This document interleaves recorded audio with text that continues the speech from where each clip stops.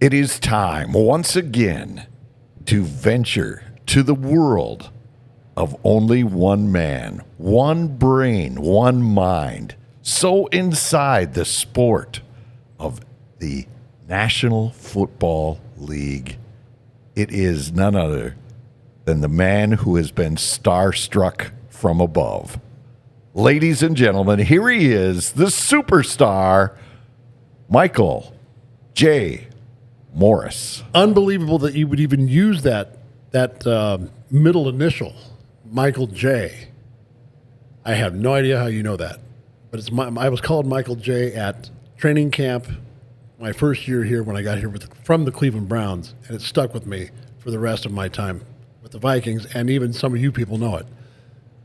My name is Michael Stephen Morris, Michael S. Morris, but Michael J. stuck with Denny. It stuck with everybody. And apparently, you were one of the very, I don't know what, you'd be very special to have heard that and still kept it in your mind. Wow. So hold it there. We heard it screamed across the practice fields. Really? You probably did, too. That was John Michaels, though. Yeah, it was a whole different tone, though. Correct. Not in fun, but in get over here. Yes. Oh, my gosh. This could be a real interesting podcast for all of you Viking fans, because we all know that the season came to a screeching halt. Oh, really? Yeah, it did. In case Really? you, Mr. Sports Anchor over at Fox 9, you didn't know, it did come to a very sudden and abrupt ending. And I want to go through the whole scenario. Okay. Because I think it's important. You know what, though? Before you get too deep into this, Yeah. I think somebody should present this thought. Oh, we have it paid by for. you. Oh, we do have this paid for. I mean, there's a segment. This first segment is going to be paid for by Ace Hardware, Polici Ace Hardware. 4 of those. Okay. So in Zimbrota and Egan and Rosemont and Farmington, you can walk into a Polici Ace Hardware store where, let's see. Here we go. Ace is the place with the helpful hardware, folks. Nailed it. Okay is It was decent, okay. right? I can't say folks. No. I can't make myself say folks. Anyone laughs at me Because from this point, though. You have so many muscles Yeah. that That's the it problem. does not allow your mouth to make that I can't folk. figure things out. At least it does say folk and not something else. Correct. Let's just leave that alone. But yeah, step in there. They've got paint. Anything you'll need for any project you'll have is at Polici's Ace Hardware store. You got to get in there, check it out. Don't rum-dum it and walk in there thinking you know everything. Instead of thinking more than you know, go in there and ask for a little help, because they've been in the business for 30 years. The family's been in the business 30-plus years. Wow. They'll find it for you. And you can be on your way. You got to pay for it. You can't just hawk it. Oh, no. But you wouldn't. Yeah, we do not endorse that idea. no, I would never endorse that idea. Not me. No. You can find anything you want. They got the paint there, and they have the technology to be able to paint and match your paint for you exactly to what it was before you destroyed wrecked the wall, it. and before you thought you had to have more paint to cover up your scratches and your blown up drywall because you had an indoor track meet in your living room. Anyway, that being said, I don't even know where that came from. We're going to delve into this. All right, let's go. Okay, and step out to the Ace Hardware stores and tell them I sent you, okay? I'm the superstar Mike Morris. I might even go by the Messiah of Sports. Something different. That would be good. That'd be good. I don't feel like a high priest today. Anyway, let's do this. Let's do this. Your take and my take on where it went off the rails. I thought that would be the interesting way to look at this season, because it was a brilliant season for so many reasons. The Sam Darnold story couldn't have been any better, really, except it came to such an abrupt end. And I think that, for the most part, it probably started with Sam. I'm going to take that back. It started with coaching, and I'm going to tell you when. Okay. Some of the coaching in the second half of the last Green Bay Packer game that we played, I thought was dicey, and we allowed the Packers to get back in the game by playing too conservatively. And I just feel like that was the beginning of this momentum shift. But by the time we got to Detroit for the last game, and I mean, you have all the stats on this. It was like 17,000 regular season games played in the National Football League. Okay. Only once, though, out of all those games, did it come down to the last game of the season played at all on TV or otherwise. Last game of the NFL schedule was the Lions and the Vikings, and 14-2, both teams, same division to decide the NFC number 1 seed. That's never happened before. Correct. So we come in red hot. I felt like we were. I thought we were moving really well, but the thing that started the whole thing the opposite direction was going for it on 4th down and maybe 2 yards, 3 yards for the touchdown twice, 2 different occasions, and going for it and not coming away with points at all changed the entire game, I think, for the Vikings. To not get points out of those 2 deep red zone surges that we made on the Lions. Right. They went 0 for 4 in the red zone. 0 for 4 twice. On the 3-yard line twice. That was 2 different occasions. So instead of getting points on the board, John Madden he would say, always take the points. Don't even think about it. 4th down, you're down there, come away with points at least. You also have a kicking issue where it wouldn't hurt to line a kid up like him with shaky confidence. That's true. That's true. Kick him and get him started with some chip shots, make a couple, and have him taken care of a little bit so you can count on him when it's 45-50, which we could talk about that too, but we all know the story there. He was shaken and he couldn't make kicks coming down the stretch. But that in itself really comes down to a coaching decision to go for it on 4th and 1 and not get points out of it. And that definitely, I think, handed momentum to the Lions. Why shouldn't they? They stopped us twice down there. What team isn't going to be up for that and be up like for the rest of the game? And it turned on us. It turned the momentum on us, and the energy in the building there in Detroit was all Detroit. I'm going to let you share your thoughts, though. Am I close or not? I like the logic. I like it. I think that makes a lot of sense. I think that O'Connell was knowing that Dan Campbell was going to go for it on 4th down every single time. And I think that he was trying to shake Darnold back to reality by saying, you know what? We believe you can get those 2 yards. Let's get it in the end zone. Let's not take the 3. I believe in you. And because this is his philosophy after the Jacksonville game where he had the 3 interceptions where he's trying to force it into Jefferson. Everybody was like, uh-oh, his jet is showing. He's starting to turn green again and becoming a New York Jet. And all that week, O'Connell was, no, we got him. We got his back. And he just lobbed him with praise, and then he went on a 9-game winning streak. So I was thinking that O'Connell was in that moment saying, all right, I got to snap this kid out of it. Let's go ultimate confidence. You can do this, and put him down there, and let's get it done. But for some reason, he just can't find people. He doesn't see what he believes or believes what he sees. That's like Denny Green used to say, believe what you see on film. Don't guess. It's on film. They're not going to change it this far into the season. Believe what you see and hit what you see on film. To the defense or the offense. We're going to play what they give us on film, and we're not going to do it any differently. We're going to just execute it and try to put it in the best situation as to what we know about down, distance, and time on the clock. And that's what you're saying. And I agree with that. And it comes down to also just surging the ball for 3 yards with the running game with Aaron Jones and getting it punched in and not really leaving it all up to Sam Darnold. Right. Well, some way.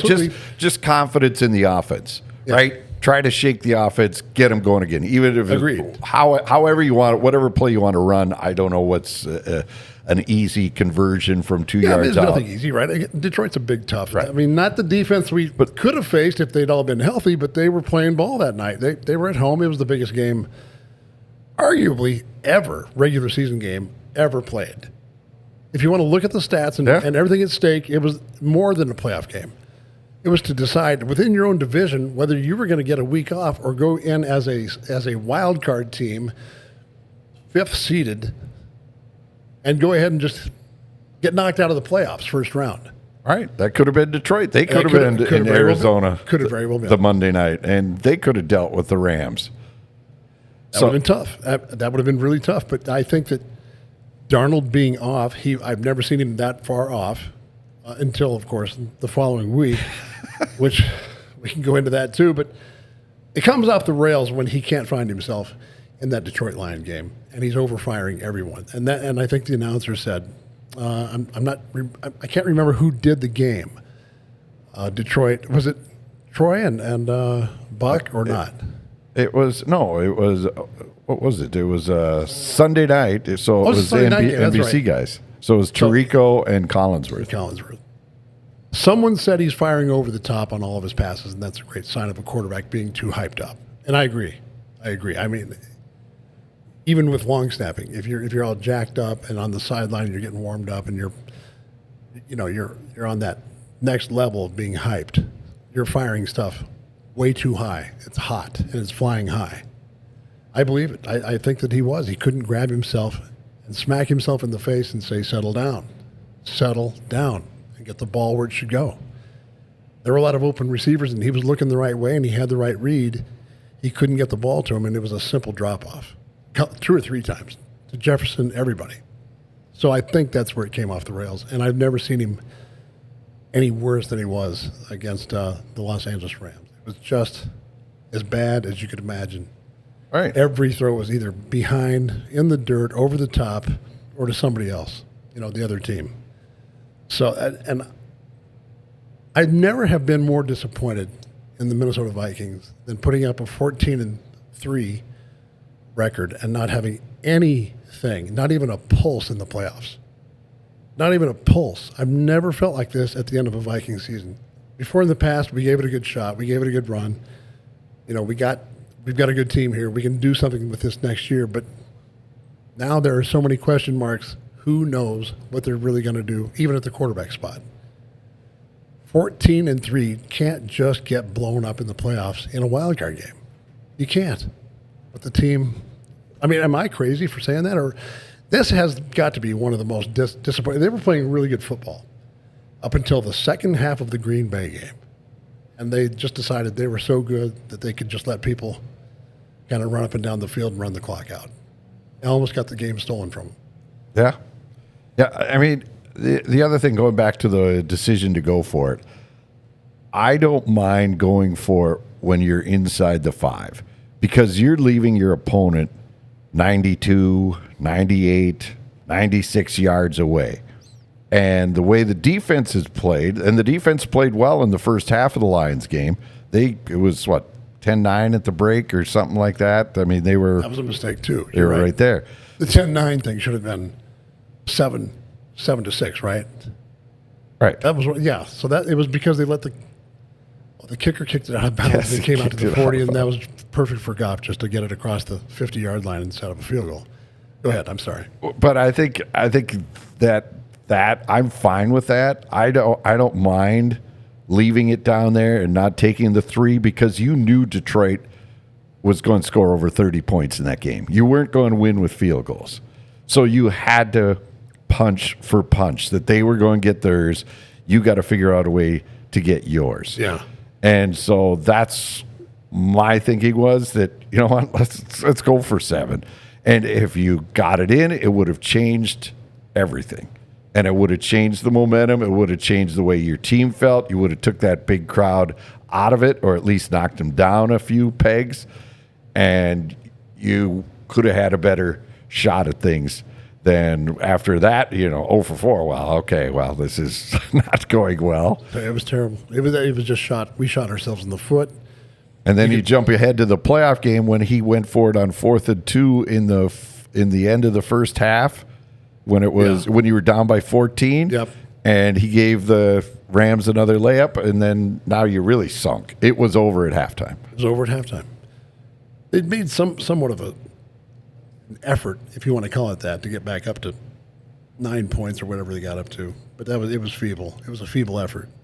Well, I'm not so sure that the Rams weren't.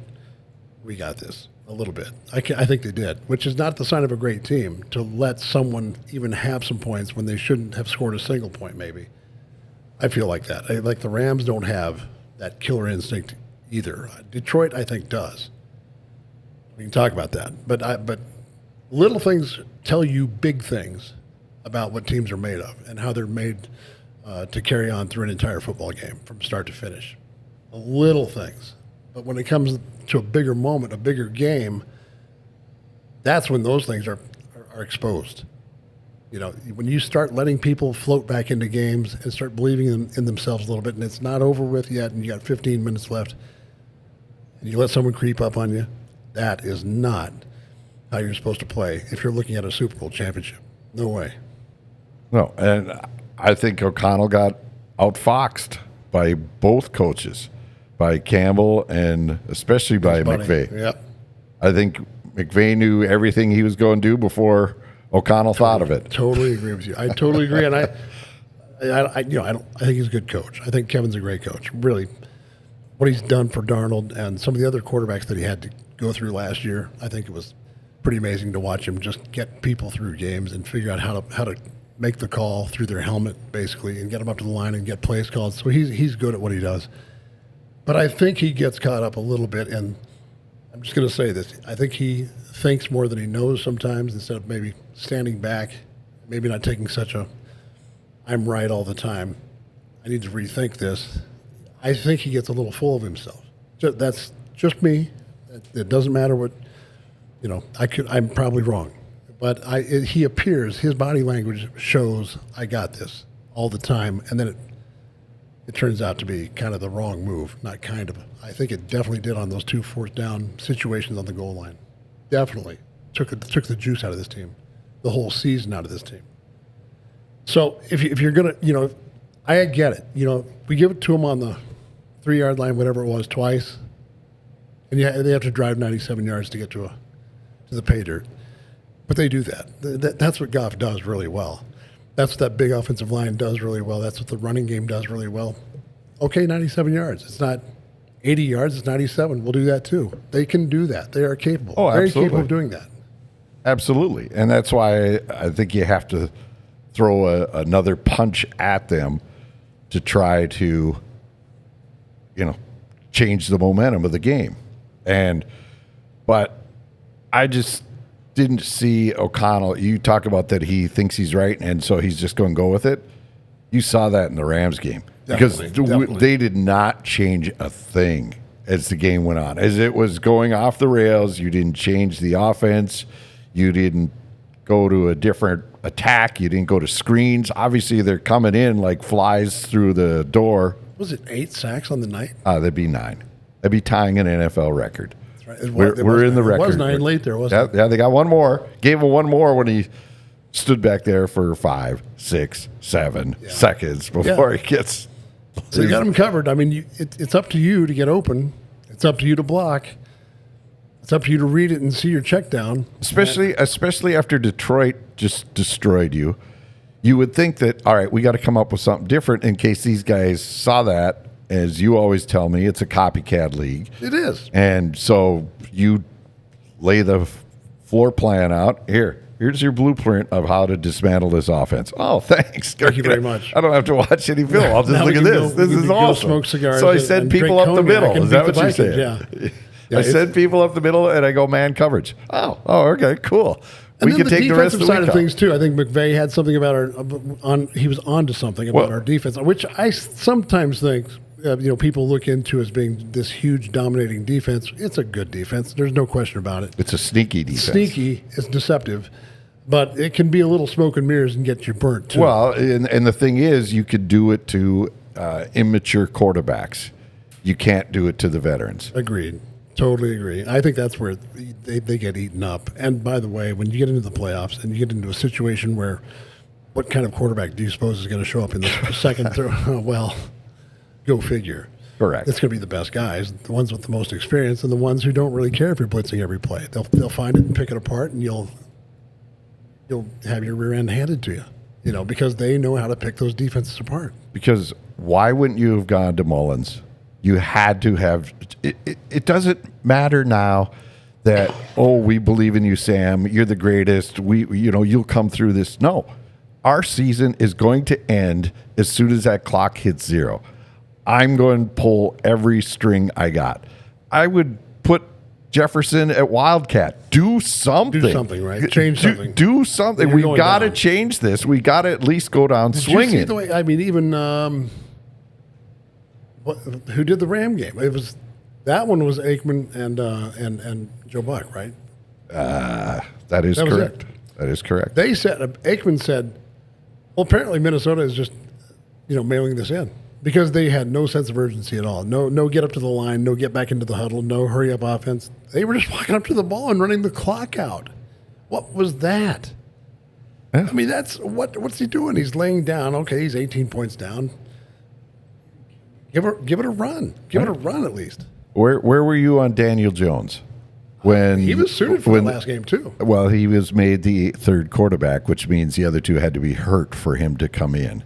So you had the situation where you activated him to be on the roster, so now the Vikings get a compensatory pick for him if he signs somewhere else this offseason. So apparently it was all just a paper move. But if I'm O'Connell, smart move. Last time you faced the Rams, Puka Nacua was just coming off injured reserve. Oh, don't worry about this. We're just opening his practice window the day of the game, right? And Flores admitted going into this last game with the Rams that we got caught with our pants down. We had no idea he was going to play. We had no packages to defend him, and he torched us. So if you're O'Connell and your old boss stuck it to you by pulling that, why wouldn't you say, oh, yeah, Daniel Jones, that's just so we could get a compensatory pick. Don't worry about him at all. I would have made him active for the game. Let them try to figure it out, especially the way Darnold was throwing the ball the week before. Yeah. I mean, let's go here. Again, this is the end of the train. What does that do to Darnold? This is the last stop. If you do that and you know it's because you played the kind of game that he had against Detroit, and you send the message, well, if you're going to fire things over everyone's head, we're going to have someone. Well, you don't even have to say it to Darnold. I would have put in a package of plays for him, a guy. Not that I would use him to replace Darnold. I would use him to supplement Darnold. So, in other words, all right, this series, we're coming at you with Daniel Jones, something the Rams have never seen. Like he is Russell Wilson and Justin Fields thing. Yeah. Kind of a 1-2. And he has never taken a snap as a Viking. And all of a sudden he's out there, and you've had him sitting in your camp since Thanksgiving when he came here to the AA clinic for quarterbacks. He was here. I mean, well, that's what O'Connell's turned into, right? Yeah. A bird flies into the window at your house, and you put him in the box, and you take him to the recovery center, you let them out, and they fly away, and they're perfect. Well, look, he did that with Dobbs. He did it with Darnold. Now he's going to do it with Joe. Yes. So why not have a package? You talk about the goal line. You can't get 2 freaking yards to finish this thing. Daniel Jones is a big human being. He's a great runner. He ran all over the Vikings 2 years ago in the playoffs. Put him in there and run a power eye dive straight up the middle. And God, if you can't, what was he, 9 for 9, 10 for 10, taking the ball himself and getting first downs on 4th down and 1. Darnold was himself. I mean, if you can't get that kind of surge from your offensive line to get that's another story. Those guys. Well, yeah.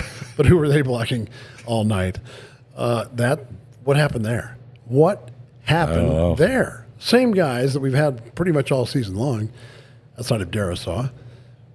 But I mean, Robson does a decent job. It wasn't really him as much as it was the other side. O'Neal. That got ugly. The inside guys, they were coming. Yeah, they're coming everywhere. Yeah, they were. I don't know what to say about the offensive line. I don't know where that came from. We played the Rams before. It didn't seem to be the issue. The big issue was not the offensive line play in the first game against the Rams. Not that I could see, but it sure was the second time around. Man, did they learn something about what they could do to the Viking offensive line from that first game, because they had it all laid out perfect how they were going to attack that quarterback, and it worked. So when you faced a team a second time in the playoffs, you met them during the regular season and odds figured out that you came back at them. How much did you change stuff, or did you have in your back pocket where you're like, okay, if this is going sideways, we're going to try this, or we're going to come up with this? Were there plans like that made, or do you rattle a team like Chuck always talks about going into the Super Bowls? Bud changed everything, and then we were no good at anything and ended up losing. There's a different way of doing it for any coach I think I played for. If it's with Gene Stallings, you go with what got you there. Tony Dungy used to say, you play with what got you there, what you know.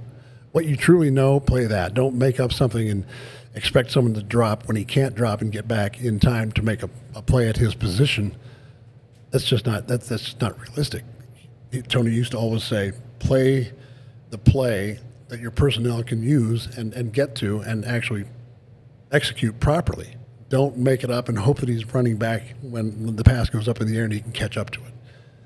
So to answer your question is, on the offensive line scheme, especially against the Lions, someone that knows us inside and out every year in, year out, plays us twice, you're not going to change that much. You're not going to change. You're going to be big on big, and you're going to be looking. You're going to be spying for the most dangerous man, whoever that is that you designate, and the center is going to make a call to that man. He's going to make a slide to the man that you deem the most dangerous.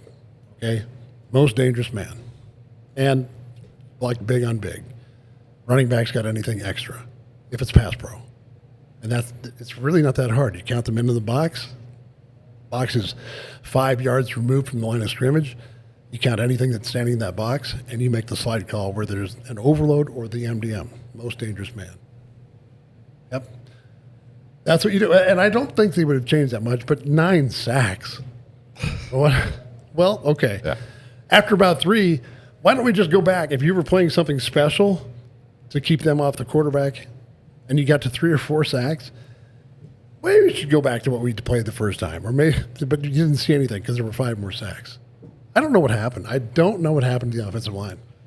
You know what's going to happen around all these Viking fans' homes now is that the to-do projects that you put off because you had Vikings football every Sunday, Yep. they're now gone. Well, yeah. Which means You got to go somewhere. you got to go somewhere. You got to find some stuff to pick up. And Right. Now's the time to make peace at home and say, you know what?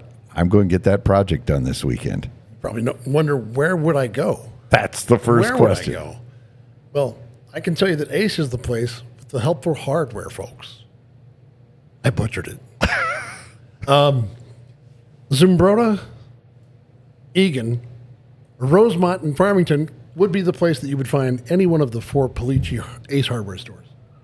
Get over there. If you're looking for the paint is what they've got that they're pushing now, and they want me to talk to you guys about it, but they have the technology to match your paint and take care of all of the stuff for you and show you where it's all at and help you with your your decor, your interior. Okay, so they'll be there for you. Step in there, say hi to one of the people. The Policis are fantastic.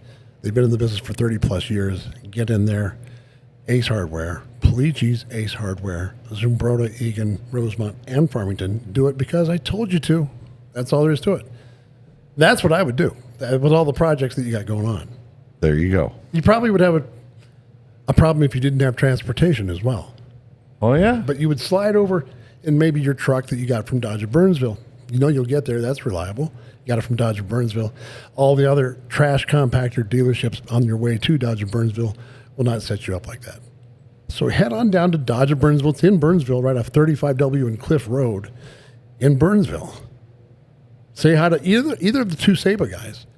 That could be Mark Saba, Adam Saba, or Nick Saban. No, wait, that's not right. I don't think he works there. He doesn't work there, and he's not a Saba. So anyway, stop over there, tell everyone hi. If you make a purchase over there, they'll make you a great trade on your car, truck, put you in another unit, service the car that you bought, and take good care of you. So head on over to Dodge of Burnsville, tell them the superstar Mike Moore sent you, or the Messiah of sports. No, don't say that. Don't say that.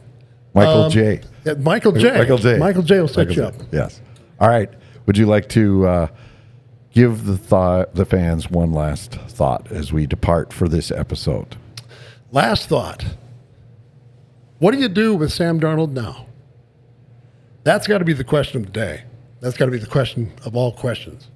What happens to him now? Because honestly, out of the last 2 weeks that he played, how much money could you see dripping out of his, like the what do they call that? With the sand dial, the Hourglass? hourglasses. I mean, that was money, just dripping out of that from the top end of it to the bottom. You want to know the analogy I used that has gone viral now? What's that? I said it was like your 401k in '08. Yeah, just you can see it. It just You can dropped feel it. by You didn't have to even millions. take a look at it. You could just Everybody's 401k. Yes, Sam took a hit. We will discuss that next time. Let's do it next time. We will talk about Kevin O'Connell. Should the Vikings trade him? Jay Glazer threw it out there, and it's got some smoke. And I want to know. Interesting. I want to know. I haven't heard that one yet. Oh, yeah. I've only heard of that being done once in my entire life. Yeah, Mr. Belichick. Yeah. Yep. Well, actually, Gruden, too, a little bit. Oh, that's right. So there's two. There's two of them. So Yeah. there's a You're president. right. There's a president. Bill Belichick, So too. tell the people you will talk to them. I will. soon. I'm going to tell them right now. I'll talk to you soon. Make sure you tune in next week. You can hear all that good stuff we just talked about here on Starstruck. That's a great podcast name, isn't it? Okay. Anyway, for Jim Rich, Mike Morris, and our guy over here in the corner, Brady Muller, saying goodbye. Check out Starstruck next week. Boom. Out of here.